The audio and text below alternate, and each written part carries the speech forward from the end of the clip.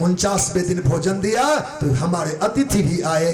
आज भगवान ने यह भोजन की सामग्री देकर मेरे अतिथि का सम्मान किया है, मेरे धर्म की रक्षा की। परमात्मा आपकी कोटि कोटि दुहाई, आपने आज भोजन जल देकर मेरे आतिथ्य धर्म का पालन करा दिया, मैं आपका कृतज्ञ हूं।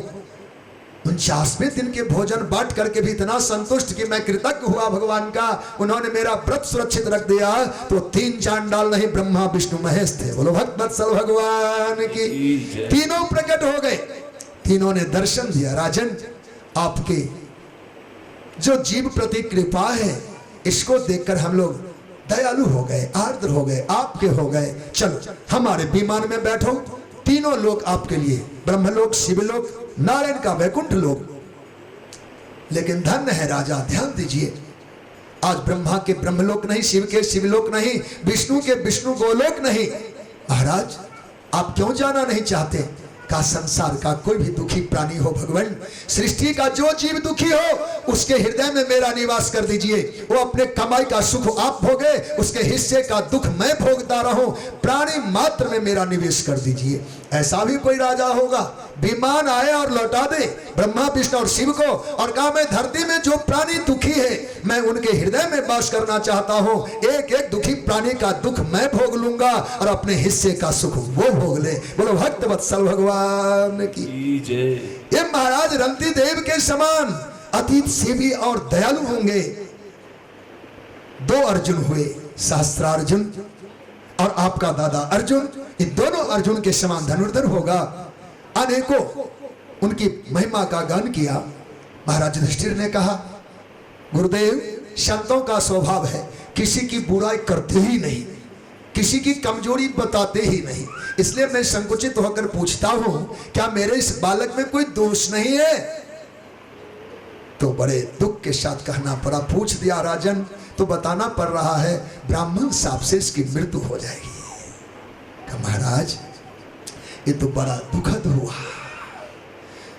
विष्णु के चक्र से, शिव के त्रिशूल से, वरुण के पास व दंड से, इंद्र के वज्र से, एवं प्रकार से अनेकों देवों के अस्त्र शस्त्र से किसी जीव की मृत्यु हो जाए तो उसकी दुर्गति नहीं होती, पर ब्राह्मण साप से किसी की मृत्यु हो जाए वो गति नहीं पाता।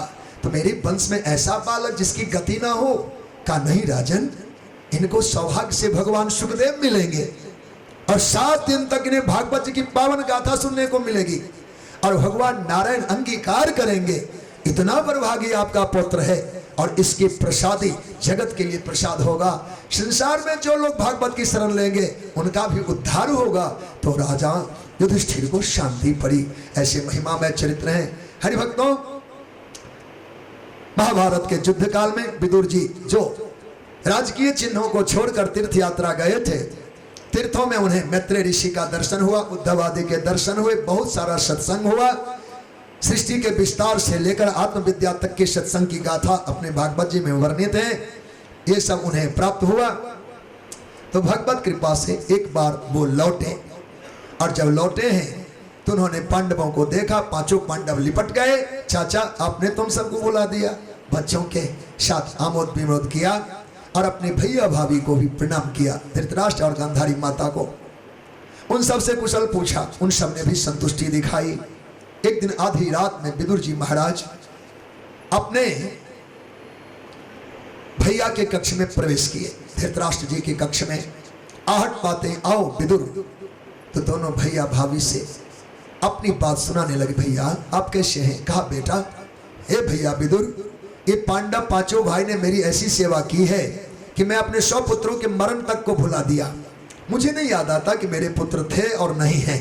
ये 5 बालक ने ऐसी सेवा की।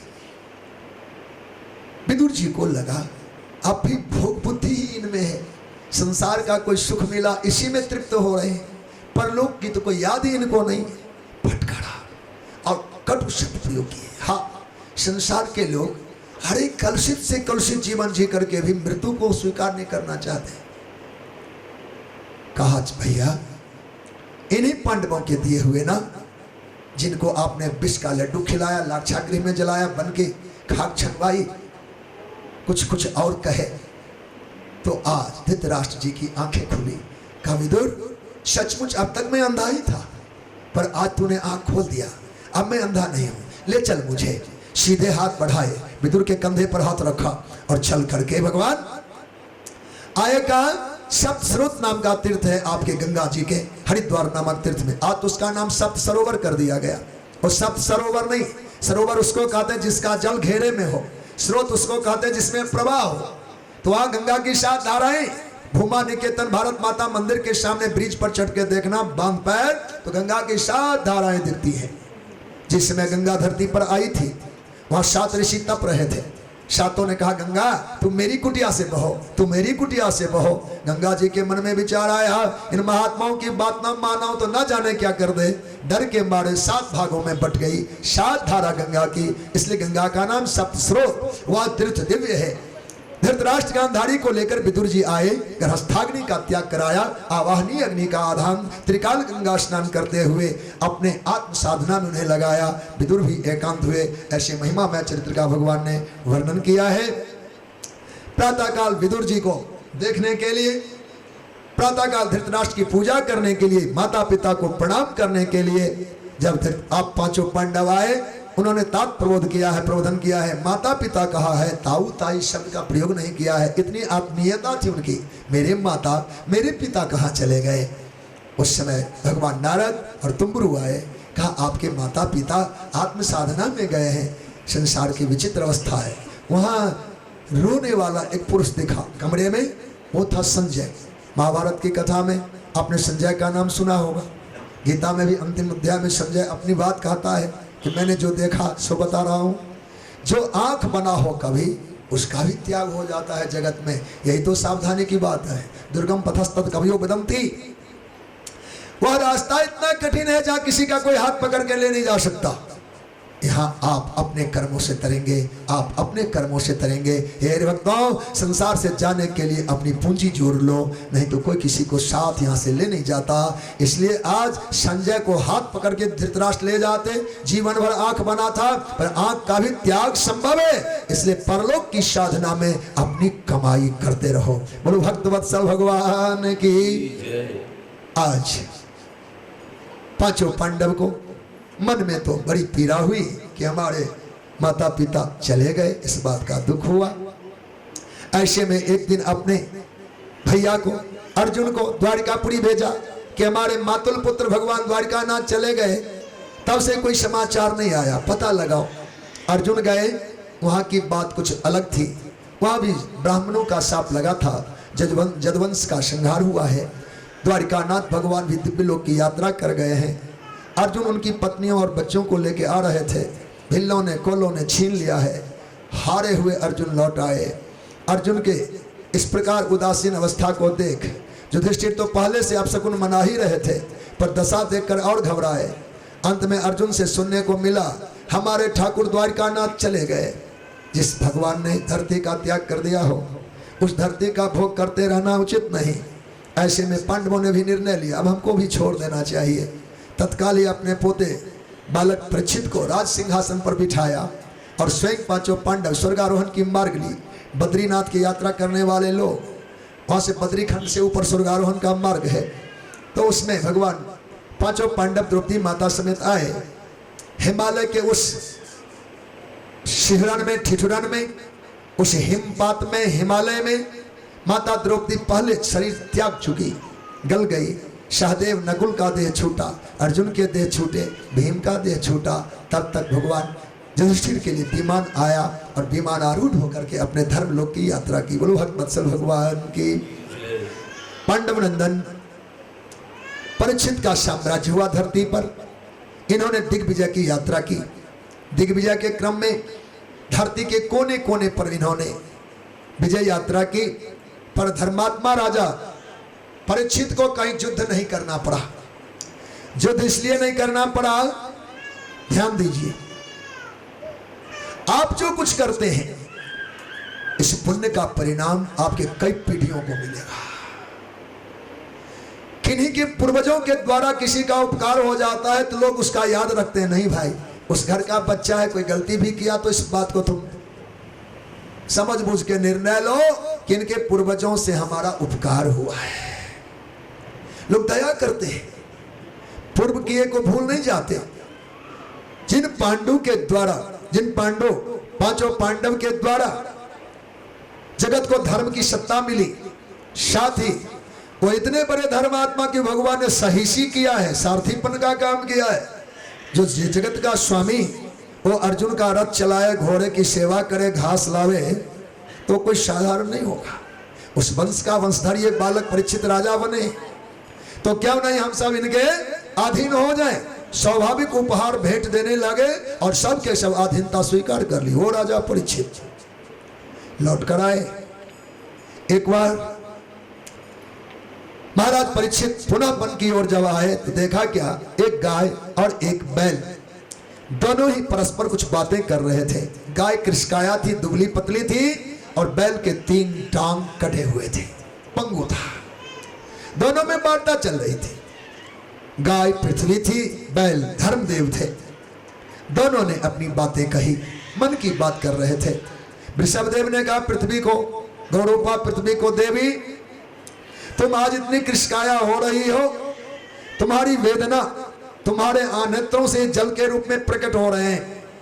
मैं मानता हूं प्रभु के भगवान स्वपद रमणम करते थे, तुम्हारी छाती पर भीरण करते थे, तो भगवान का अंग संग प्राप्त होता, तुम मचलती रहती थी। ओ गोविंद, तुम्हारा त्याग करके चले गए, जिसको सन्निधि नारायण का छूट जाए कितनी पिकल होगी, उनके वियोग में तुम कृष्काया हो गई हो।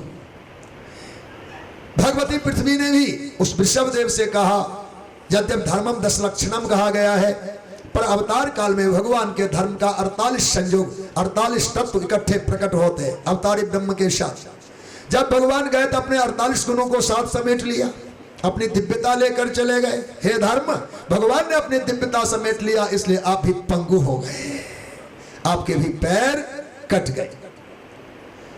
4 पैर वाला बैल 3 पैर कटा है, 1 पर खड़ा है। इन दोनों की वार्ता चली रही थी। इतने में कोई काला पुरुष आया, वह भी राजा के वेश में है, मुकुट धारण किए हुए है। आते ही बैल को भी पैरों से मारा और गाय को भी। तब तक महाराज परीक्षित ने अपने बाण चढ़ाए। ठहरो ठहरो की आवाज से दहशत फैली, डर गया कली और कांपने लगा। महाराज आए, उन्होंने गाय से पूछा, आपको दुख देने वाला कौन? बैल से पूछा, आपको किसने कष्ट दिया है? वृषभदेव ने कहा, महाराज मैं नहीं जानता कि मुझे कष्ट कहां से मिला। देखो विचित्र बात है, मारने वाला सामने खड़ा है, अभी अभी दंडित किया है, पैर का प्रहार किया, पर वृषभदेव ने कहा, महाराज मैं नहीं जानता कि मुझको किसने कष्ट दिया। सुना है शास्त्रों के वचनों में जीव के कष्ट के कारण वस्तुतः कौन है इस समय मैं नहीं बता पा रहा हूं। सुना है काल, कर्म, स्वभाव, गुण, मन, ये दुख के कारण होते हैं। दुख के कारण काल है, दुख के कारण कर्म है, दुख के कारण जीव का स्वभाव है, दुख के कारण जीव के अंतःकरण के सप्तम रजगुण है, और जीव के दुख का कारण उसका मन है। मैं इस निश्चय पर नहीं आ रहा हूं कि मेरे दुख का कारण कौन है। महाराज परीक्षित ने कहा, आपके मुख से धर्म की कथा सुनकर के पूर्ण विश्वस्त हो गया कि आप धर्म ही हैं। आपने निंदा नहीं की, अपराधी तक की निंदा जो सामने खड़ा है आपने नहीं की। निंदा जैसा कोई पाप दूसरा नहीं होता। पर निंदासम अघन गरीशा, दूसरे की निंदा जैसा कोई घनिष्ठ पाप नहीं होता। इसलिए निंदा चुगली से ऊपर उठे, यह दोष माना गया। आपने निंदा नहीं की, ये अपराधी आपका। महाराज आपको मैं तृप्त करूंगा, आपके चारों चरण को पूर्ण करूंगा, आप सर्वांग पूर्ण होंगे। पृथ्वी माता से कहा, मां आपको भी पोषण प्राप्त कराऊंगा, आपका रक्षण करूंगा। धर्म के 4 चरण हैं, सत्य, दया, तप और दान। सत्य, दया, तप और दान 4 चरण हैं धर्म के। 3 पैर टूट गया, यह रूपक है भागवत जी का, ठीक से समझा जाए। 3 चरण टूट गया, इसको कैसे समझे हम लोग? 3 पैर टूटा धर्म का। सत्य 100% था कभी, तप 100% था कभी, दया 100% था कभी, और दान वृत्ति भी 100% था। अब समझ में आ जाएगी बात। 3 चरण टूट गए, अर्थात सत्य का कोटा, सत्य में से 75% की हानि है, कुल 25% सत्य पर निर्वाह चल रहा है। तपस्याओं की परंपरा में 75% की हानि हो गई, कुल 25% ही तप का वातावरण जगत में है, विद्यमान है। दया करने की जो हमारी वृत्ति थी उसमें 75% की हानि हो गई, दया भाव ही केवल 25% ही शेष रह गया है। और दान की प्रवृत्ति जो मानव की थी 100 का 100%, 75% घाटे में चल रहा यह व्यवहार। आज 25 पैसे दान पर ही दुनिया टिकी हुई है। इसलिए एक चरण 4 चौन्नी का 1 रुपया होता ही नहीं। ऐसे 3 चरण का मतलब सत्य का 3 हिस्सा टूटा, तप का 3 हिस्सा टूटा, दया के 3 हिस्सा टूटे और दान का भी 3 भाग टूट गया। 1 चरणों में धर्म विद्यमान है। महाराज परीक्षित ने कहा मैं आपके चारों चरणों को पूर्ण करूंगा और आश्वस्त कर, विश्वस्त कर, निर्भय करके लौटे। तो अब कलयुग पर में दृष्टि पड़ी, आप कौन हो? निरपराध जीवों को, निरीह प्राणी को आपने कष्ट दिया है, मेरे रास्ते चले जाओ।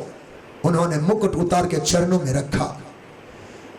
धर्मात्मा राजा अभय दान देते हैं, जो झुक जाए उसको बध नहीं करते। कहा मेरे रास्ते चले जाओ। कहा महाराज मैं जहां देखता हूं आपका ही राज, आपका ही राज, आपका ही राज, बड़ा जाऊं कहां? कहीं जगह नहीं दिखता। तो आप अपने मन से जो स्थान मुझे बताएंगे मैं वहां रह लूंगा। महाराज परीक्षित ने कहा द्यूतम पाणम स्त्री शूणु, ये 4 स्थान मैंने दिए। द्यूत नाम है जुआ खेलने का, पान नाम है मदिरा पीने का, स्त्री नाम है व्यभिचार करने का, और सुनु नाम है हिंसा करने का। जहां कोई जुआ खेलते हो वहां रहना, जहां कोई मदिरा पीता हो वहां रहना, जहां कोई व्यभिचार करता हो वहां रहना, और जहां लोग हिंसा करते हो वहां रहना।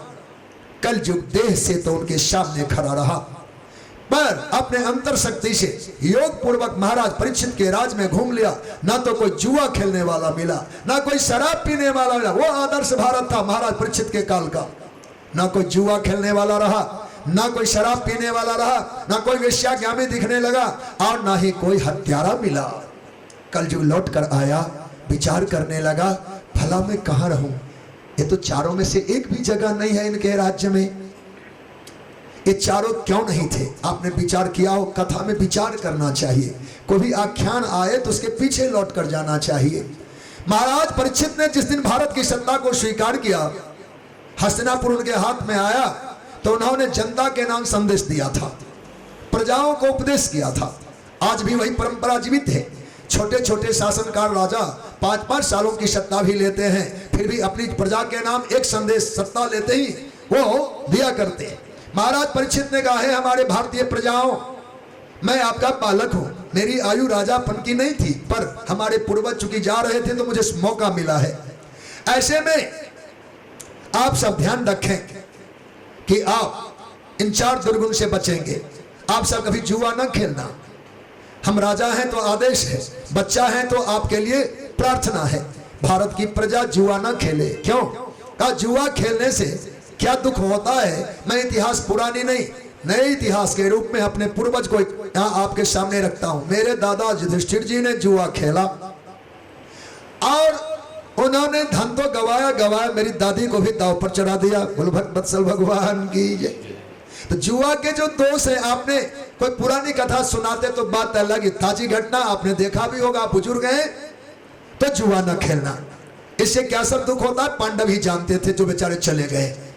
आओ, मदिरा पीने से क्या दुर्गुण आता है। खबरदार भारतवासियों, मदिरा न पीना।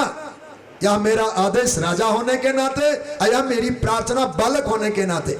भारत के लोग मदिरा न पिए। कहा क्यों? कहा यह भी घटना पुरानी नहीं, मैं ताजा इतिहास सुनाऊंगा। आपने द्वारिकाधीश भगवान का नाम सुना है?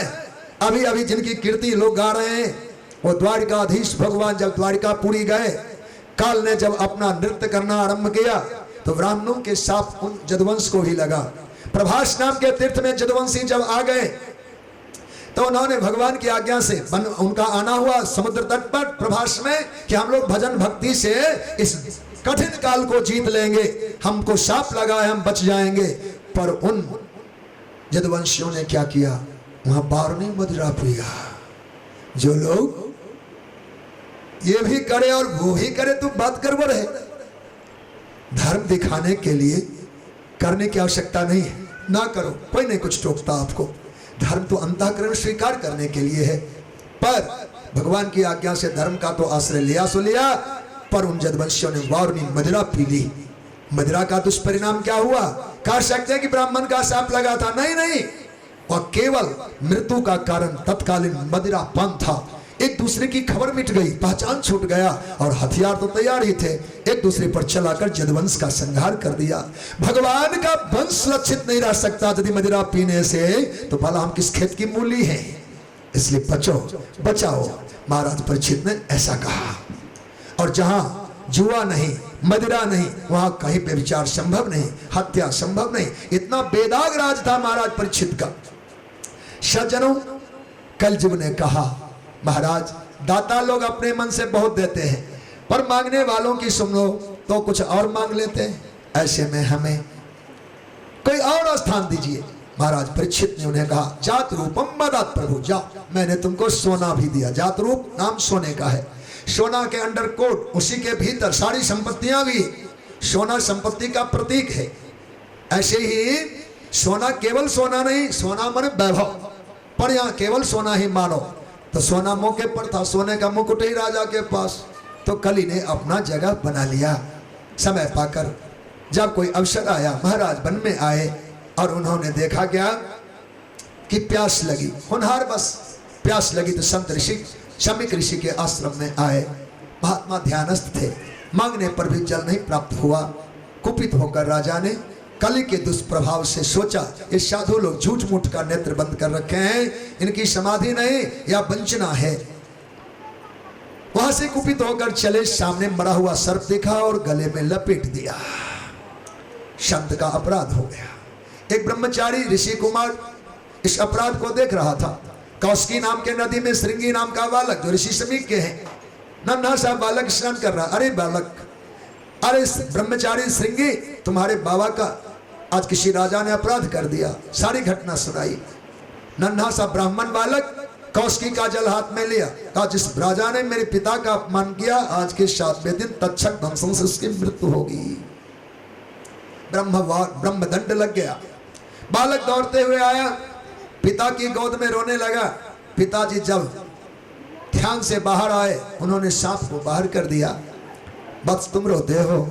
का आपका अपमान किसी राजा ने किया है, आपके गले में सांप लगा दिया था, उतार दिया उन्होंने।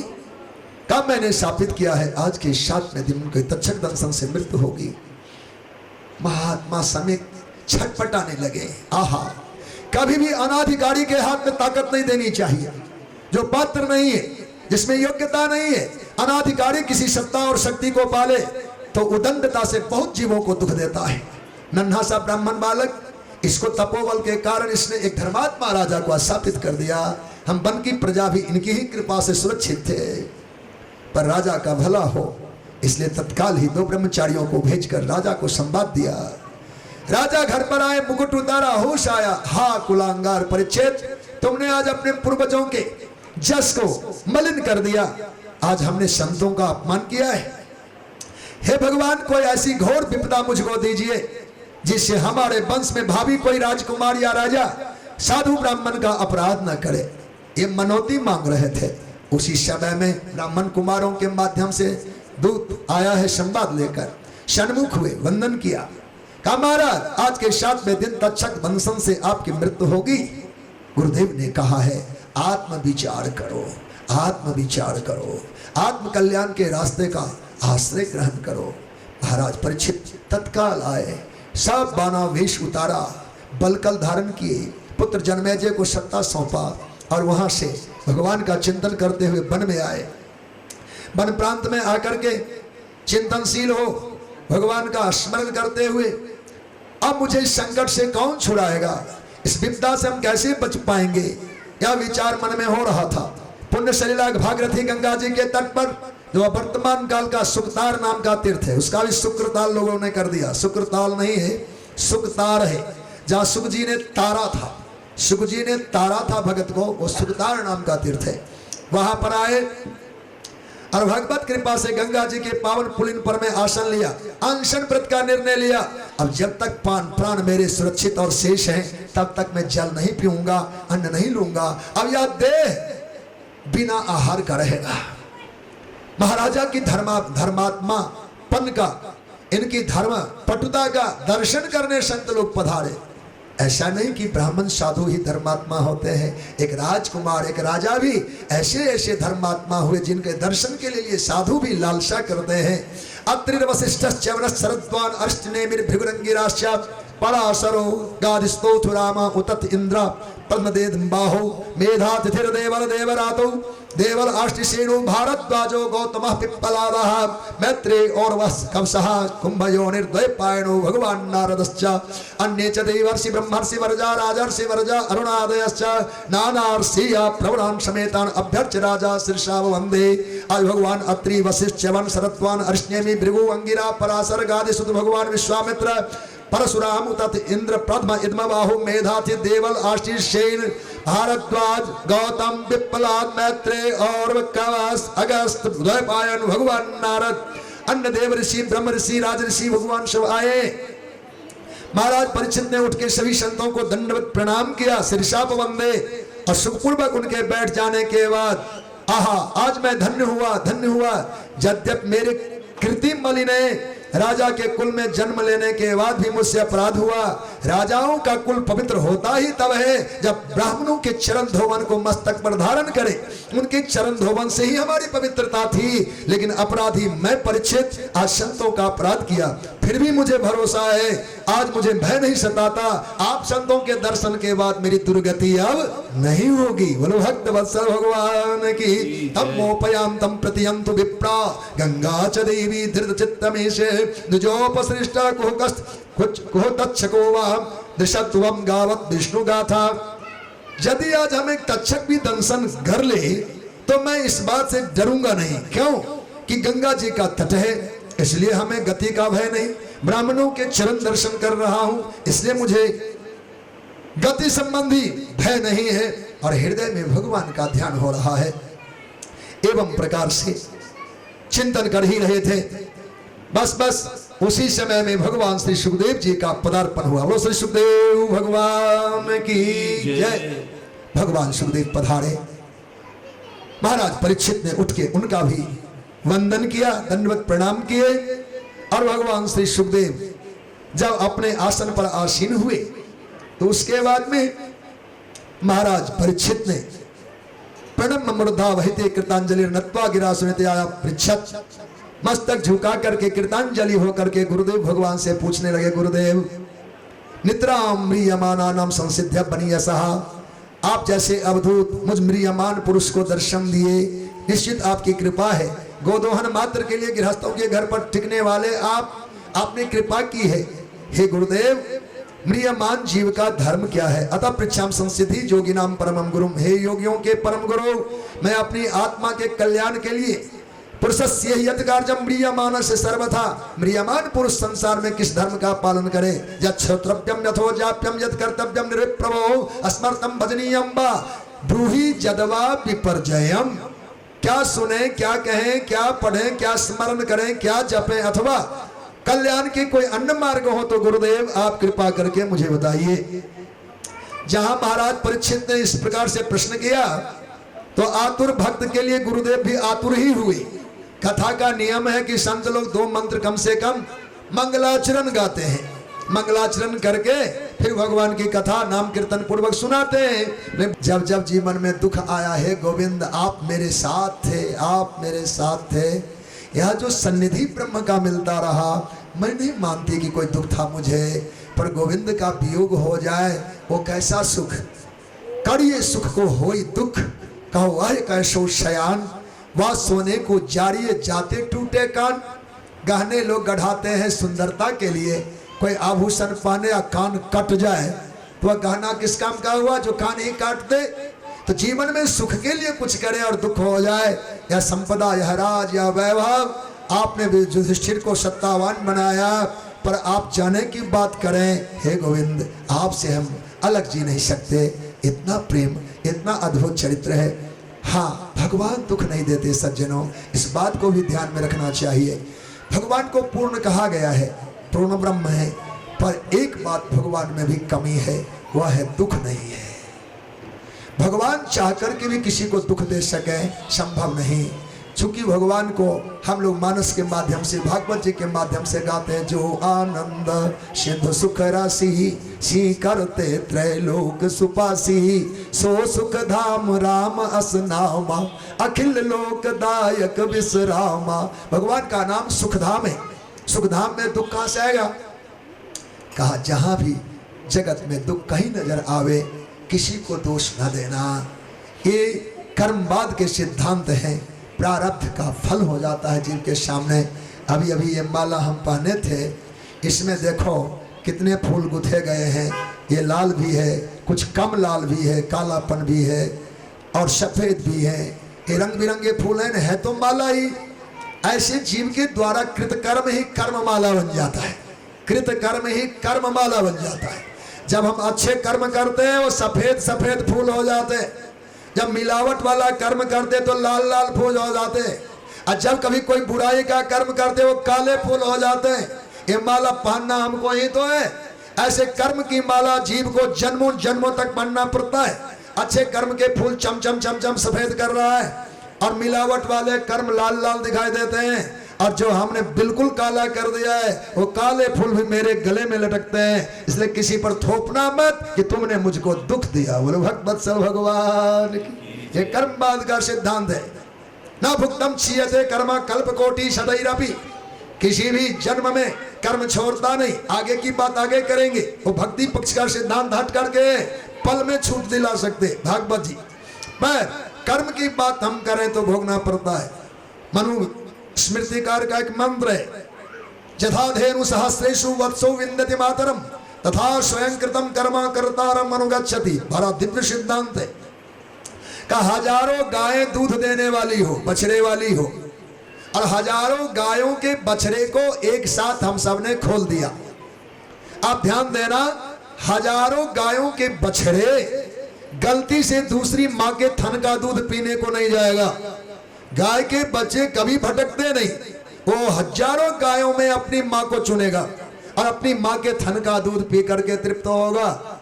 जैसे हजारों गायों में बछड़ा अपनी माँ को ढूंढ ही लेता है, ऐसे दुनिया में हम कभी खोएंगे नहीं। हम कहीं भी होंगे, मनुष्य पशु कीट पतंग के रूप में 84 जोनियों में, 84 लाख जोनियों में। तो ये मेरा कर्म मेरा ही बछड़ा है, चूंकि मैंने उसको जन्म दिया है। कर्म को हमने जन्म दिया तो हमको ही भोगेगा, हमको ही पिएगा। इसलिए कर्म में समझने की आवश्यकता है। बोलो भगवत्सल भगवान की। सैद्धांतिक तौर पर चर्चा आ गई, कहना पड़ा। सज्जनों, भगवान द्वारिकाधीश अब द्वारिका जाने की इच्छा व्यक्त करते हैं, पर प्रेमियों में बंधे हैं, जाना नहीं होता। एक दिन सभी को पांडवों को लेकर चले आए। कहा? उसी पावन युद्ध भूमि कुरुक्षेत्र में, जहां भीष्म बाबा सरसज्जा पर सोए थे। उनको इच्छा मरण वरदान था, चाहे तब मरे तो अब तक थे। उत्तरायण की प्रतीक्षा चल रही थी। उत्तरायण काल आ ही गया था। पांडवों सहित भगवान गोविंद द्वारिकाधीश आए। पांडवों को देख करके भगवान भीष्म की आंखें जल से परिपूर्ण हो गया और बड़े करुणा से देखने लगे। बाणविद्ध भुजाओं को उठाया और पांडवों को गले लगाया। हे वत्स, धर्ममय जीवन जीते हुए भी, भगवान धर्मावतार प्रभु के आश्रय में रहते हुए भी तुम लोगों ने बहुत दुख झेले। वत्स, धर्म पूर्वक तुमने धरती को जीता है। अब इस धरती का पालन, इसका भोग, इसके रक्षण, प्रजा की सेवा बिल्कुल त्याग पूर्वक करना। राजपद प्राप्त हो जाने के बाद त्याग का आश्रय ग्रहण करना चाहिए। राजा त्यागी हो। त्याग से क्या होगा? समुचित सेवा प्रजा की हो पाएगी। राजा त्यागी नहीं होगा तो प्रजाओं में अंतर पड़ेंगे। हिताहित में किसी के पक्ष का किसी के विपक्ष का विचार उठने लगेगा। इसलिए राजा धर्मात्मा के साथ साथ त्यागी हो। हे वत्स, हम जानते हैं, अपने लोग उपनिषदों को जब पढ़ते हैं तो अपने यहाँ उपनिषद तो 108 भी कहे गए, अर्वाचीन और 46 जुड़ गए। पर पहला जो उपनिषद है उसका नाम है ईशावास्य उपनिषद। कम ही मंत्र है, 16-18 मंत्रों में पूर्ण हो जाता है। छोटे हमारे तो एक मंत्र का भी उपनिषद है। कलि संतरण उपनिषद में एक ही मंत्र है, हरे राम राम राम हरे हरे, हरे कृष्णा कृष्णा कृष्णा अरे अरे, एक मंत्र में वो ग्रंथ बन गया। कलिशंकरण उपनिषद नाम है एक ही मंत्र के ग्रंथ का। तो ईशावास उपनिषद में मंगलाचरण समेत 18 मंत्र हैं। तो उनमें पहले मंत्र पर विचार कर लेते हैं। पहला मंत्र भगवान निवेदन करते हैं, ईशावास्मिदं सर्वम जत्किंच जगत्याम जगत तेन त्यक्तेन भुंजीथा मागृधा कस्य शुद्धनम सज्जनों। ईशावास्मिदं सर्वम जत्किंच जगत्याम जगत, इस जगत का जत्किंचित भाग है, जो दृश्य अदृश्य कोई भी हो, अणु से परमाणु, परमाणु से नीचा भी तत्व नहीं बना पर हो, वहां तक की जो छोटे छोटे जागतिक सृष्टि है, जीव का विस्तार है, आपका ईश्वर वहां भी छाया हुआ है। ईशावास ईशावास ईशावास, वह ईश्वर आच्छादित है, वह परमात्मा छाए हुए हैं। यत्किंच जगत्याम जगत, इस जगत का वह किंचित भाग, छोटा सा हिस्सा भी परमात्मा से हटकर नहीं है, परमात्मा से विलग नहीं है।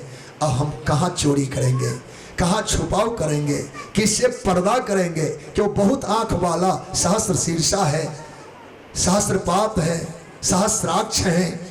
सहस्र का यहाँ हजार गणना नहीं है। अगर भगवान के सहस्र मुख हो और सहस्र ही आंख हो तो भगवान काने हो जाएंगे ना। हजार मुख में 2000 आंख होना चाहिए। इसलिए सहस्र की गणना अनंत मूल है, या अनंत सिर है, अनंत भुजा है, अनंत नेत्र है परमात्मा के। तो आज अनंत दृष्टा परमात्मा किंचित भाग में भी हमको देखते हैं। हम क्या करते हैं, कैसा करते हैं, हेतु से, किस हेतु से करते हैं। इसलिए जत्किंच जगत्याम जगत। तो अब हमको क्या करना चाहिए? अरे घर का मालिक यदि सावधान हो, बड़े लोग सामने हो तो कुछ भी करते, चोरी करने लगते कि नहीं, या समझ जाते ठीक अभी ऐसा करेंगे ठीक नहीं रहेगा। ऐसे परमात्मा कोने कोने में विद्यमान है। कभी भी कोई भूल चूक होने लग जाए संभल जाओ, अरे वो भगवान देख ही रहे हैं। तो तेन त्यक्तेन भुंजीथा मागृधा कस्य शुद्धनम, इस संसार को भोगो भोगो भोगो पर त्याग करते हुए, त्याग पूर्वक भोगो। त्याग पूर्वक भोगना क्या होता है? कहा अपना प्रसाद कन लो, औरों का छोड़ो। अपना प्रसाद कन लो, औरों का छोड़ो। हक की वस्तु लो, खाओ पियो भोगो बांटो, औरों का छोड़ो। यही हुआ त्याग। त्याग का मतलब दुखी होना नहीं होता। त्याग का तात्पर्य होता है अपना प्रसाद कन लो, हक हिस्से की वस्तु लो, खाओ पियो भोगो बांटो, पर दूसरे का कन ना लो, दूसरों की छोड़ो। सज्जनों, तेन त्यक्तेन भुंजीथा, हाँ आसक्त मत हो जाओ, इसमें मन को डूबा मत दो। अगर डूब रहा है मन तो मन से पूछो तुम डूबते क्यों? यह धन किसका है? जिस हवेली में हम लोग रहते हैं ये कभी किसी और का, पिताजी का। पिताजी से पूछ लो, कहा हमारे पिताजी का। उनसे पूछ लो, हमारे पिताजी का। पिता की परंपरा का कभी अंत होगा? होगा। कब होगा? जब परम पिता से जुड़ जाएंगे। ये मंडल बना है, यहाँ छत है, इसमें घंटे लटका दीजिए, शाकलों के संबंध से घंटा बजेगा। तो शाकल और घंटे के बीच में क्या है? कड़ियों की परंपरा है। तो घंटों से संबंध रखने वाला शाकल का एक एक कड़ी हमारे पूर्वजों की कड़ी है। और यह जो छत है वही तुम्हें माता च पिता तुम्हें, वह जगदात्मा है। इसलिए संपूर्ण सृष्टि का भोक्ता पहले से चर्चा में आ रहे हैं। तो ईशावास्मिदं सर्वम यत्किंच जगत्याम जगत, इसलिए भोग पूर्वक जगत का त्याग पूर्वक जगत का भोग करें। बहुत सारी कथाएं हैं इस मर्म को समझने के लिए। मानव अगर वस्तुतः जीवन जापन सीख जाए तो आनंद कहीं से ढूंढना नहीं पड़ेगा, आनंद आपके घर में जन्म ले लेगा। अनेकों मंत्रों में विचार किया गया है, त्याग मूलक चिंतन किया गया है। पांडवों को बढ़िया बढ़िया उपदेश भगवान भीष्म ने दिया। देखो, एक सेर आटा दाल से प्राय सभी लोगों का पेट भर जाता है। कि ज्यादा कोई पाते हैं? एक सेर से ज्यादा कोई लोग नहीं पाते होंगे। प्रस्थ मात्र में शेर भर ही काफी है हम लोगों के लिए।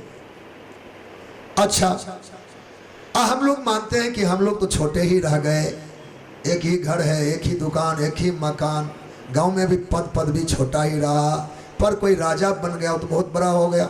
नहीं, अब हम आपको राजा से मिलाते हैं अभी कि राजा कैसे होते हैं। राजा की छोड़ो, महाराजा, महाराजा यानी चक्रवर्ती सम्राट। कैसे होते हैं वो? काम मानो इस समय चक्रवर्ती माने धरती का सब राजा जिसके अधीन हो वो चक्रवर्ती कहलाते हैं। तो जो चक्रवर्ती सम्राट होंगे तो कहां रहते होंगे? धरती में सैकड़ों देश हैं, किसी एक देश में क्या राजा पूरे देश में सो लिया होगा क्या? नहीं नहीं, किसी एक देश को चयन करेगा। भारत में लाओ, भारत की सीमा छोटी नहीं, उत्तर दक्षिण पूर्व पश्चिम विशाल विस्तार का भारत है। अब पूरे भारत की कथा नहीं सुनाते, ले आओ बंगलोर, बेंगलोर में भी इस महल्ले का नाम जो भी हो, इसमें जो महल है या आनंद सदन जो भी इसका नाम, इसमें ले आइए। इसमें भी 4 मंजिलें और एक चक्रवर्ती राजा अपने घर में आया, 4 चौका 16 कमरे तो होंगे होंगे कम से कम, हमने गिने पर लगता है। तो राजा जो चक्रवर्ती सम्राट है, हमने इस मंडल में पूरे भवन में एक कमरा राजा को दिया। कमरे की साइज 12-15 की है। अब राजा आया तो हाथ फैला रहा है, पैर फैला रहा है, पर पूरे कमरे में सो नहीं पा रहा है चक्रवर्ती वो। तो चक्रवर्ती को एक कमरे में भी तो फैल के सोना चाहिए, पर नहीं हो रहा। तो पलंग बिछा हुआ है 6x6 का। राजा आया, 6x6 के पलंग पर सोया, पर पूरा ना सो पाया। क्यों? आधा राजा का हुआ तो आधा रानी का। बोलो भक्त वत्सल भगवान की। अगर चक्रवर्ती सम्राट भी होगा तो उसके लिए आधे पलंग ही हक के होंगे, चूंकि राजा है तो रानी भी, तो आधे पलंग रानी का। ऐसे राजा रानी दुनिया में कौन नहीं है बताओ? एक शेर आटा खा ले तो चक्रवर्ती हो जाए, आधे पलंग पर सो ले तो चक्रवर्ती हो जाए। इससे बड़ा कोई चक्रवर्ती नहीं होता। अगर न्याय से समझ ले अपने जीवन को तो फिर आगे समस्या नहीं होगी, न ही हम आपाधापी की जिंदगी जिएंगे, आनंद ही आनंद जीवन में होगा। इसलिए तेन तक तेन बुंजी था, त्याग पूर्वक जीवन में भोग का अधर्म करे। पांडवों को उपदेश दिया बाबा ने।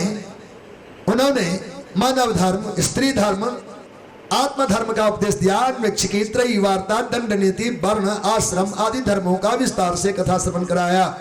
पांडवों को धर्म पूर्वक जीवन यापन करने का उपदेश किया। और उत्तरायण काल में बाबा भीष्म ने भगवान गोविंद के मुखारविंद का दर्शन करते करते उनसे संवाद करते हुए देह त्याग किया। बोलो भीष्म भगवान की। बाबा भीष्म के पावन पयान का देवों ने स्वागत किया, पुष्प की वृष्टि की है।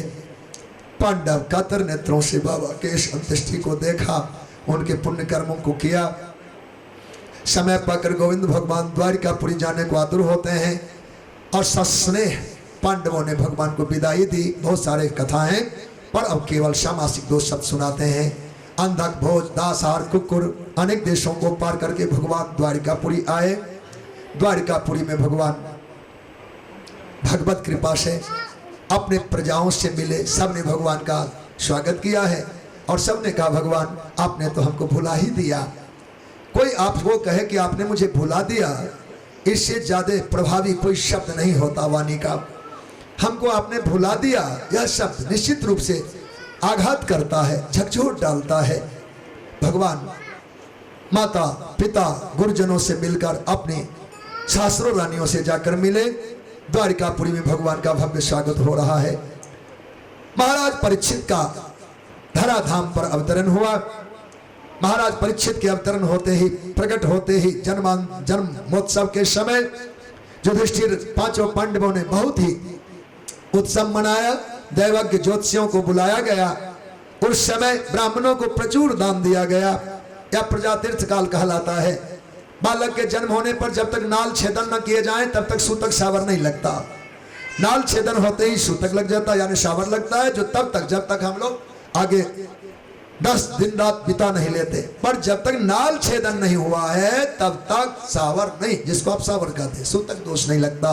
उस समय धर्मात्मा लोग दान करते हैं। उस समय देव और पितरों की पूजा करते हैं। नांदी श्राद्ध की विधि वही है। नांदी मुख श्राद्ध करी, जात कर्म सब किन्न, हाटक धेनु बसन मणि निर्विप्रन का दिन मानसकार लिखते हैं। भागवतकार ने भी ऐसा ही लिखा। प्रजा तीर्थ काल में या पुण्य काल है, यहाँ का दान बड़ा महत्व रखता है। तो महाराज ने दान किया। पश्चात गुरुजनों से पूछा, गुरुदेव वंश का या वंशधर बालक जो आया इसमें कैसे संस्कार होंगे? क्या हमारे पूर्वजों की मान को सुरक्षित रखेगा?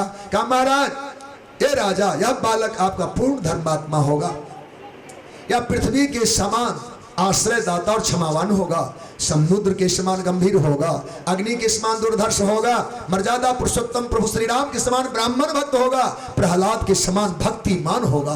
पूरे इतिहास में किसी की तुलना की गई प्रहलाद से तो महाराज परीक्षित की। कहा महाराज प्रहलाद के समान भक्तिमान आपका पुत्र होगा। इतना ही नहीं, अपने ही दादा रंतिदेव, पूर्वज में रंतिदेव एक राजा हुए, उन्हें रंतिदेव के समान अतिथि से भी होगा। रंतिदेव राजा ने अपने सर्वस्व दान कर दिया, भोजन के लिए कोई भी साधन नहीं है। अद्भुत कथा है आपकी, आपके दर्शन बहुत अमोघ हैं। 48 दिन तक राजा को पानी पीने को नहीं मिला। अंदाजा करो, 48 दिन रात बीत चुके, जल नहीं, भोजन नहीं।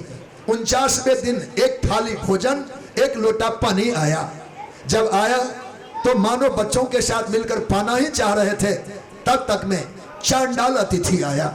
भोजन का भाग उनको देना पड़ा। अब जल का भाग रह गया। पति पत्नी और पुत्र उस जल को बांटकर पीना ही चाह रहे थे।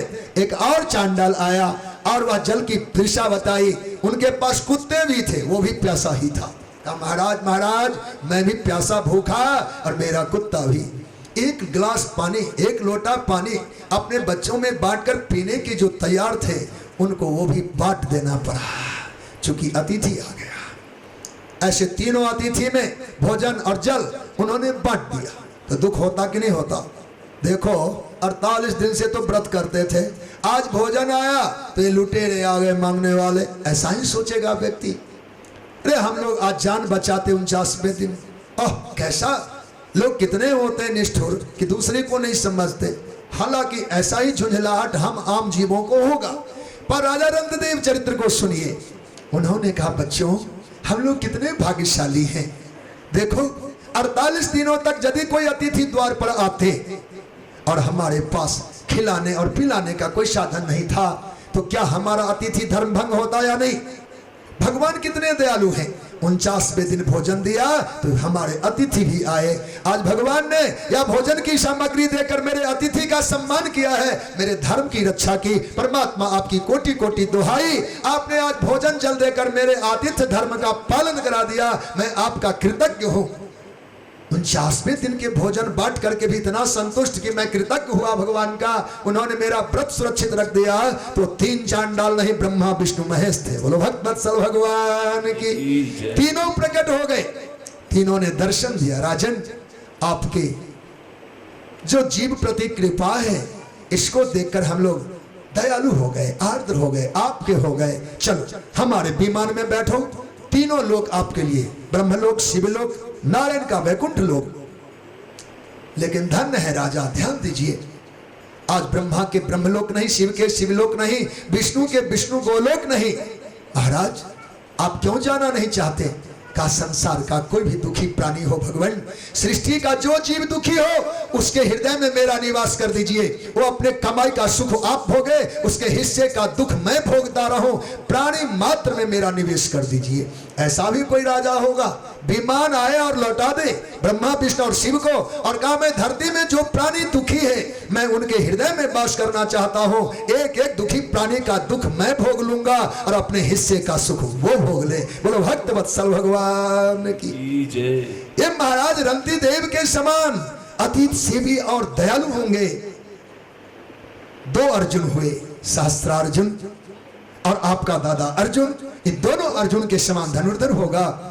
अनेकों उनकी महिमा का गान किया। महाराज युधिष्ठिर ने कहा गुरुदेव संतों का स्वभाव है किसी की बुराई करते ही नहीं, किसी की कमजोरी बताते ही नहीं। इसलिए मैं संकुचित होकर पूछता हूं क्या मेरे इस बालक में कोई दोष नहीं है?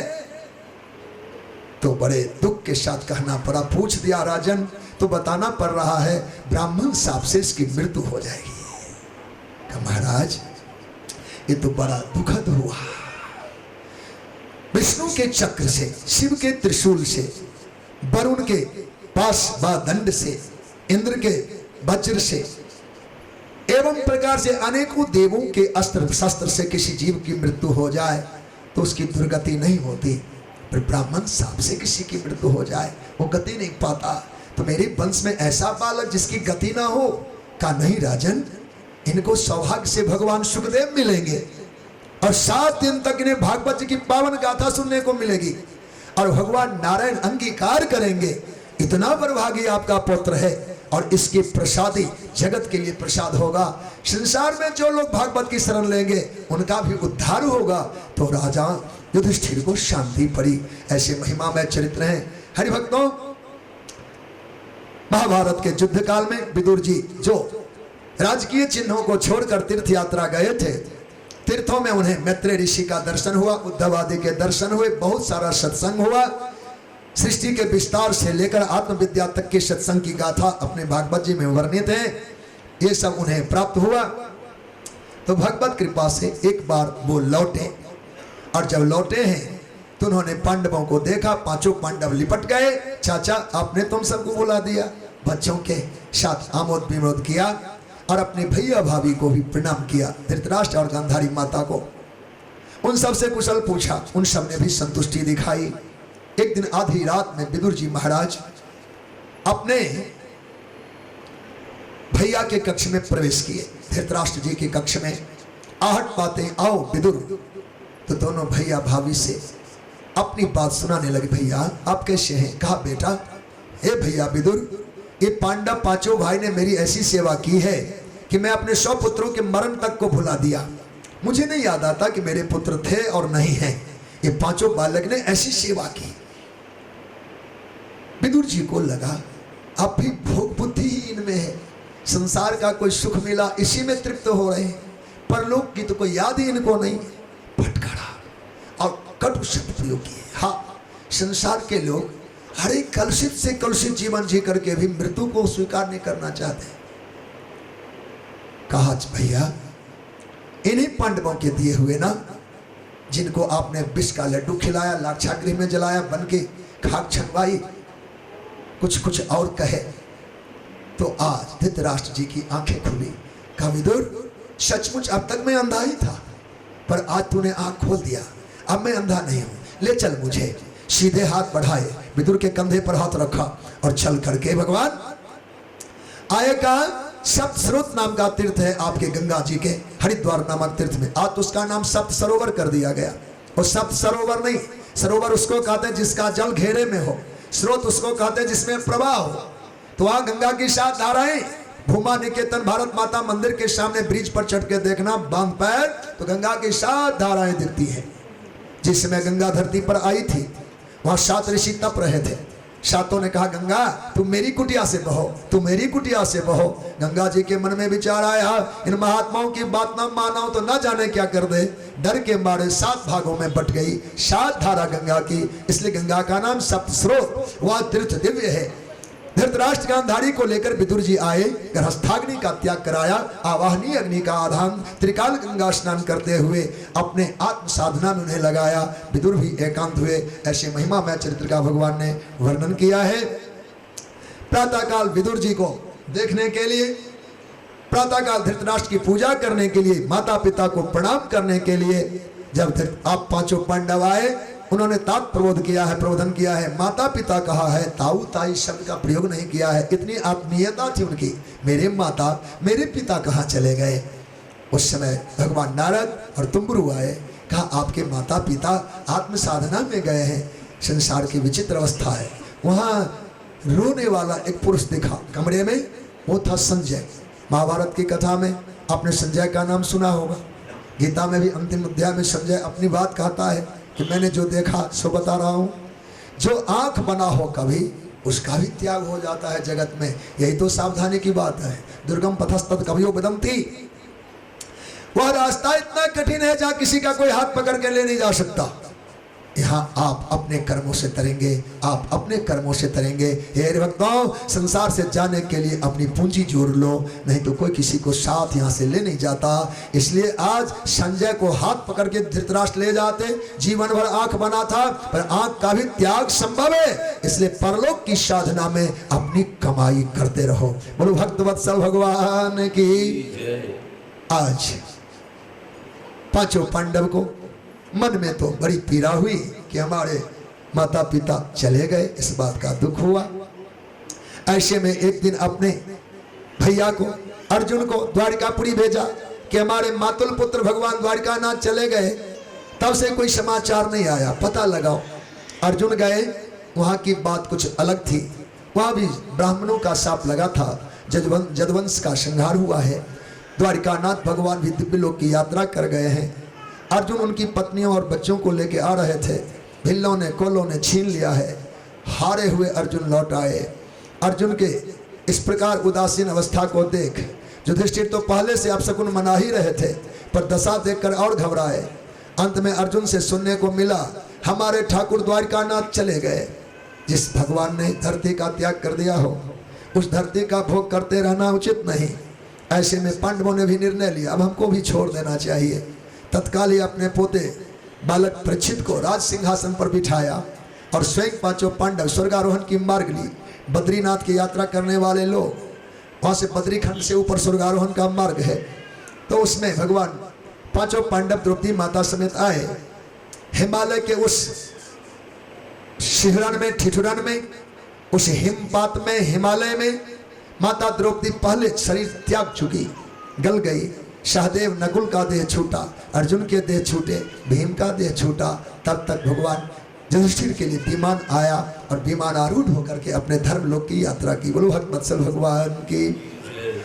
पांडव नंदन परीक्षित का साम्राज्य हुआ धरती पर। इन्होंने दिग्विजय की यात्रा की। दिग्विजय के क्रम में धरती के कोने कोने पर इन्होंने विजय यात्रा की, पर धर्मात्मा राजा परीक्षित को कहीं युद्ध नहीं करना पड़ा। युद्ध इसलिए नहीं करना पड़ा, ध्यान दीजिए, आप जो कुछ करते हैं इस पुण्य का परिणाम आपके कई पीढ़ियों को मिलेगा।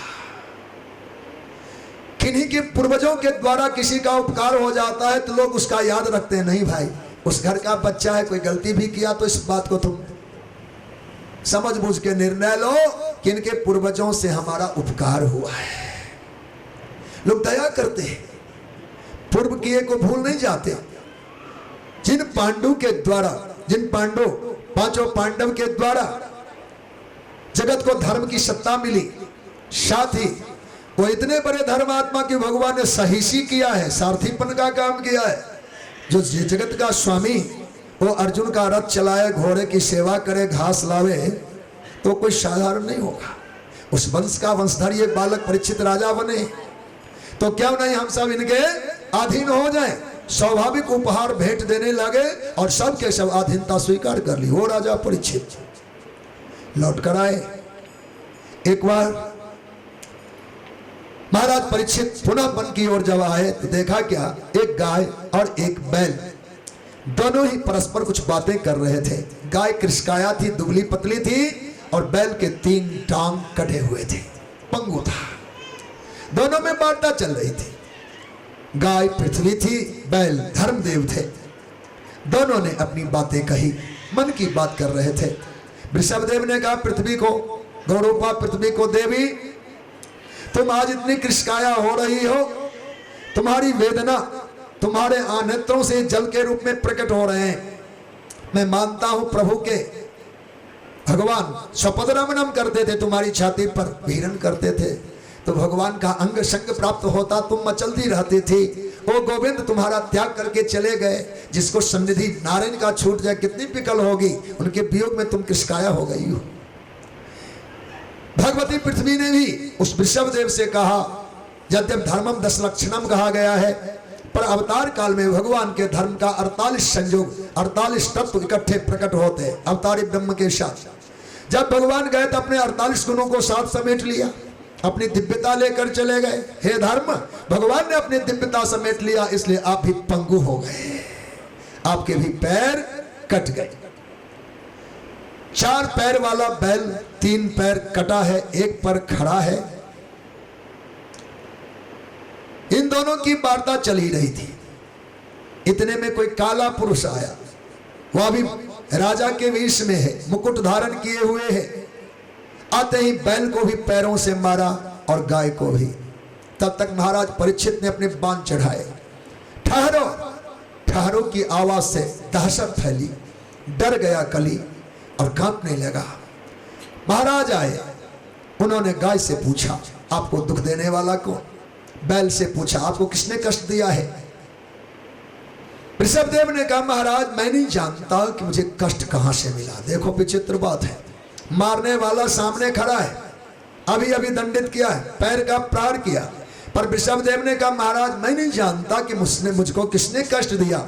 सुना है शास्त्रों के वचनों में जीव के कष्ट के कारण वस्तुतः कौन है इस समय मैं नहीं बता पा रहा हूं। सुना है काल, कर्म, स्वभाव, गुण, मन, ये दुख के कारण होते हैं। दुख के कारण काल है, दुख के कारण कर्म है, दुख के कारण जीव का स्वभाव है, दुख के कारण जीव के अंतःकरण के सत्तम रजगुण है, और जीव के दुख का कारण उसका मन है। मैं इस निश्चय पर नहीं आ रहा हूं कि मेरे दुख का कारण कौन है। महाराज परीक्षित ने कहा, आपके मुख से धर्म की कथा सुनकर के पूर्ण विश्वस्त हो गया कि आप धर्मी ही हैं। आपने निंदा नहीं की, अपराधी तक की निंदा जो सामने खड़ा है आपने नहीं की। निंदा जैसा कोई पाप दूसरा नहीं होता। पर निंदासम अघन गरीषा, दूसरे की निंदा जैसा कोई घनिष्ठ पाप नहीं होता। इसलिए निंदा चुगली से ऊपर उठे, यह दोष माना गया। आपने निंदा नहीं की, ये अपराधी आपका। महाराज आपको मैं तृप्त करूंगा, आपके चारों चरण को पूर्ण करूंगा, आप सर्वांग पूर्ण होंगे। पृथ्वी माता से कहा, मां आपको भी पोषण प्राप्त कराऊंगा, आपका रक्षण करूंगा। धर्म के 4 चरण हैं, सत्य, दया, तप और दान। सत्य, दया, तप और दान, 4 चरण हैं धर्म के। 3 पैर टूट गया, यह रूपक है भागवत जी का, ठीक से समझा जाए। 3 चरण टूट गया, इसको कैसे समझे हम लोग? 3 पैर टूटा धर्म का। सत्य 100% था कभी, तप 100% था कभी, दया 100% था कभी, और दान वृत्ति भी 100% था। अब समझ में आ जाएगी बात। 3 चरण टूट गए, अर्थात सत्य का कोटा, सत्य में से 75% की हानि है, कुल 25% सत्य पर निर्वाह चल रहा है। तपस्याओं की परंपरा में 75% की हानि हो गई, कुल 25% ही तप का वातावरण जगत में है, विद्यमान है। दया करने की जो हमारी वृत्ति थी उसमें 75% की हानि हो गई, दया भाव ही केवल 25% ही शेष रह गया है। और दान की प्रवृत्ति जो मानव की थी 100 का 100%, 75% घाटे में चल रहा यह व्यवहार। आज 25 पैसे दान पर ही दुनिया टिकी हुई है। इसलिए 1 चरण 4 चौन्नी का 1 रुपया होता ही नहीं। ऐसे 3 चरण का मतलब सत्य का 3 हिस्सा टूटा, तप का 3 हिस्सा टूटा, दया के 3 हिस्सा टूटे, और दान का भी 3 भाग टूट गया। 1 चरणों में धर्म विद्यमान है। महाराज परीक्षित ने कहा, मैं आपके चारों चरणों को पूर्ण करूंगा, और आश्वस्त कर, विश्वस्त कर, निर्भय करके लौटे। तो अब कलयुग पर में दृष्टि पड़ी, आप कौन हो? निरपराध जीवों को, निरीह प्राणी को आपने कष्ट दिया है, मेरे राह से चले जाओ। उन्होंने मुकुट उतार के चरणों में रखा। धर्मात्मा राजा अभय दान देते हैं, जो झुक जाए उसको बध नहीं करते। कहा मेरे राज से चले जाओ। कहा महाराज मैं जहां